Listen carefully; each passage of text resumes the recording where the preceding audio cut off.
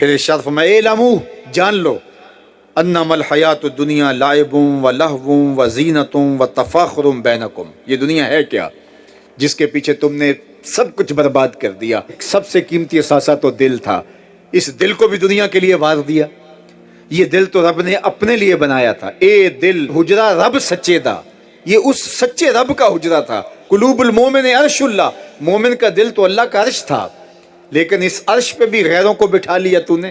جو تخت اس کا تھا، جس تخت پہ اس کی تجلیات کا نزول جلال ہونا تھا، اس دل پہ درہم و دینار اور ڈالر اور پاؤنڈ اس دل کے اوپر بٹھا لیے، یہ دل کے اوپر بٹھا لیے۔ یہ دل تو حجرہ رب سچے کا تھا، تو نے اس دل کو بھی اجاڑ دیا۔ تو یہ دنیا جس کے لیے تو نے سب کچھ کیا ہے کیا؟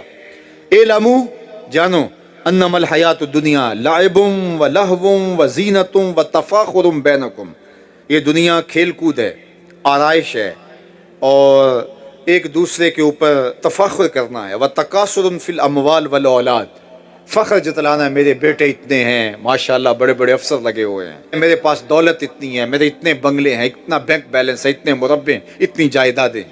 انسان ساری زندگی یہی کرتا رہتا ہے۔ وما الحیات الدنیا الا متاع الغرور، اور جو دنیا کا ساز و سامان ہے سوائے دھوکے کے سامان کے اور کچھ نہیں ہے۔ دنیا کے لیے تو دوڑ لگاتے ہو، باہمی رقابت بھی ہوتی ہے، ایک دوسرے سے آگے بڑھنے کی کوشش بھی ہوتی ہے۔ اللہ فرماتا ہے آؤ مسابقت کرو، آگے بڑھنے کی کوشش کرو، الی مغفرتن، مغفرت کی طرف، من ربکم، جو تمہارے رب کی طرف ہے، وجنت ارضھا کعرض السماء والارض، اس جنت کی طرف آگے بڑھنے کی کوشش کرو جس کی چوڑائی زمین و آسمانوں کے برابر ہے۔ زمین و آسمانوں کو پھیلا دیا جائے تو یہ جنت کی چوڑائی بنتی ہے، جس کی چوڑائی اتنی ہے اس کی لمبائی کتنی ہوگی۔ تو فرمایا اس دنیا کے لیے تو بھاگتے ہو جو ختم ہو جانے والی ہے، آؤ بھاگو اس جنت کی طرف جس کی چوڑائی زمین و آسمان کے برابر ہے۔ اعدت للذین آمنوا باللہ ورسولہ، یہ اہل ایمان کے لیے تیار کی جا چکی، وہ موتیوں کا محل، وہ یاقوت کا محل، وہ زبرجد کا محل، وہ خالص مشک کا محل جو تمہارے لیے بنایا ہوا ہے، تم نے جانا ہے، اور تمہیں دروازہ کھولنے کی بھی ضرورت نہیں ہے، منتظر دربان کھڑے ہیں جو تمہارے لیے دروازہ کھول کے تمہیں مرحبا کہیں گے اور سلامتی تمہارے اوپر پیش کریں گے، وہ تمہارے لیے تیار کر چکا ہے۔ اصل تو زندگی وہ زندگی ہے، لیکن تم کس دنیا کے پیچھے بھاگ رہے ہو؟ اللہ فرماتا وہ وقت کب آئے گا جب قرآن تمہاری زندگی میں اتر آئے گا، وہ وقت کب آئے گا جب اللہ کا ذکر تمہاری زندگی میں اتر آئے گا۔ زندگی تو جا رہی ہے، جوانی آئی، بڑھاپا آیا، لیل و نہار نے وقت بدلے، چرخ نے اپنے تیور تبدیل کیے، حکومتیں تبدیل ہوئی، زمانے تبدیل ہوئے، تو جہاں کھڑا تھا وہیں کھڑا رہا۔ 40 سال عمر عزیزت گزشت، مزاج تو از حال طفلی نہ گشت۔ سادی کہتے ہیں 40 سال عمر گئے لیکن تیرا بچپنا نہیں گیا، اور رومی کہتے ہیں داڑھی تیرے بعد آئی اور سفید ہو گئی اور تو کالے کا کالا ہی رہا۔ تیرے اندر نور نہیں آیا، تیرے اندر روشنی نہیں آئی، یہ تیرے بعد آئی اور پھر سفید بھی ہو گئی، لیکن تو ابھی تک کالے کا کالا ہے۔ رب کہتا ہے وہ وقت کب آئے گا تمہارے سینے میں قرآن اترے، وہ وقت کب آئے گا ذکر سے تمہارے دل میں ارتعاش پیدا ہو، جب تم رب کا نام لو تمہاری آنکھیں آنسوں کا خراج دینے لگے، وہ وقت کب آئے گا جو ہی قرآن کھلے چھم چھم تمہاری آنکھیں برسنے لگے۔ الم یعن للذین آمنوا، وہ وقت کب آئے گا اہل ایمان کے لیے، ان تخشع قلوبہم لذکر اللہ وما نزل من الحق۔ اللہ اکبر، اللہ ہمیں وہ آج دن نصیب کر دے کہ قرآن سے یوں جڑ جائیں کہ قرآن کو پڑھیں، قرآن کے حرفوں سے نور پھوٹتا ہوا، درد پھوٹتا ہوا ہماری روحوں میں اترنے لگے، ہمارے قلوب میں اترنے لگے، اور ہماری آنکھیں آنسوں کا خراج دینے لگے۔ اب میں اور آپ دیکھیں ہماری زندگی قرآن کے ساتھ، اللہ کے ذکر کے ساتھ، اس کی یاد کے ساتھ کہاں تک جڑی ہوئی ہے۔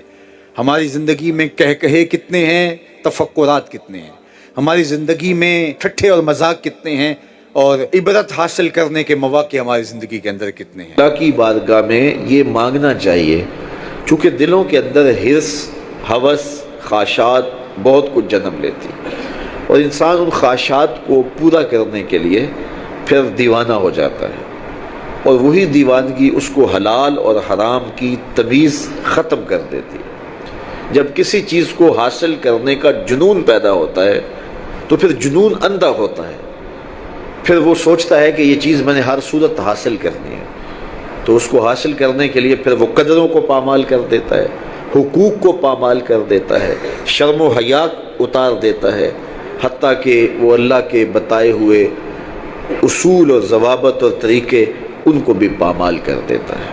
کسی کا خون نچوڑنا پڑے، کسی کا حق غصب کرنا پڑے، کسی کا مال لوٹنا پڑے، وہ اپنے ہدف تک ہر صورت پہنچنا چاہتا ہے کہ یہ میرا ہدف ہے، میرے پاس اتنی جائیداد ہونی چاہیے، مجھے یہ حاصل کرنا ہے اور ہر صورت حاصل کرنا ہے۔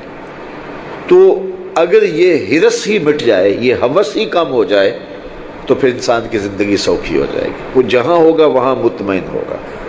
تو اللہ کی بارگاہ میں یہ دعا مانگنی چاہیے کہ مالک میری آرزوئیں کم ہو جائیں اور میری ایسی آرزو میرے سینے میں پنپنے نہ پائے جس آرزو سے تو نے منع کیا ہوا ہے۔ آرزوئیں بڑھتی رہتی ہیں، ایک آرزو پوری ہوتی ہے تو اس کے ساتھ دوسری آرزو کھڑی ہوتی ہے، وہ پوری ہوتی ہے تو تیسری آرزو کھڑی ہوتی ہے، وہ پوری ہوتی ہے تو چوتھی آرزو کھڑی ہوتی ہے۔ تو بندہ سفر کرتا ہے، یہ پوری کر لوں، یہ پوری کر لوں، یہ پوری کر لوں، لیکن آگے پھر آرزویں کھڑی ہوتی ہیں۔ تو پھر کہیں اس کو جو ہے وہ فل سٹاپ تو لگانا پڑے گا کہ اس سے آگے نہیں ہے۔ تو جب وہ فل سٹاپ لگا لے گا تو پھر اس کی زندگی سوکھی ہوگی۔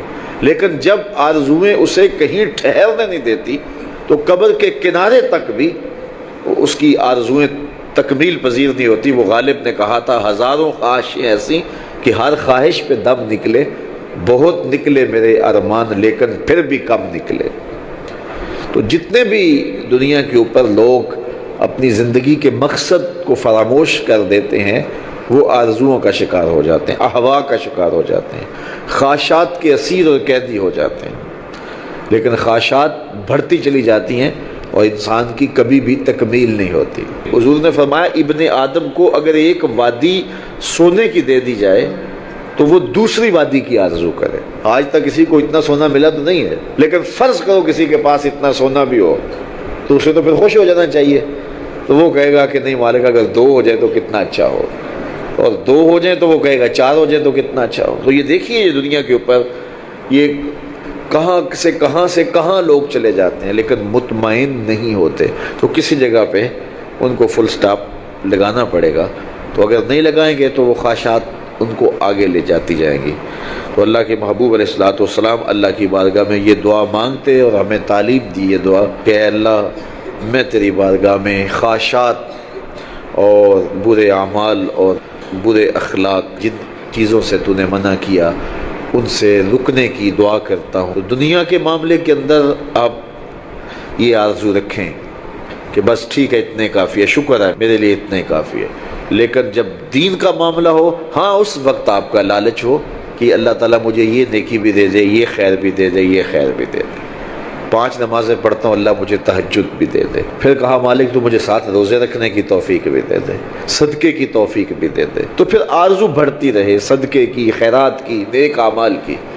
لیکن یہاں ہم جب اعمال خیر کی بات آتی ہے تو اس وقت ہمارا رویہ یہ ہوتا ہے کہ اگر فلاں بخشا گیا تو ہم بھی بخشے جائیں گے، فلاں تو نماز بھی نہیں پڑھتا، میں تو پھر 5 پڑھتا ہوں۔ اور جب دنیا کا معاملہ آتا ہے تو پھر ہم اپنے جو ہے وہ آگے دیکھتے ہیں کہ فلاں کہاں پہنچ گئے، ہم کتنے پیچھے رہ گئے۔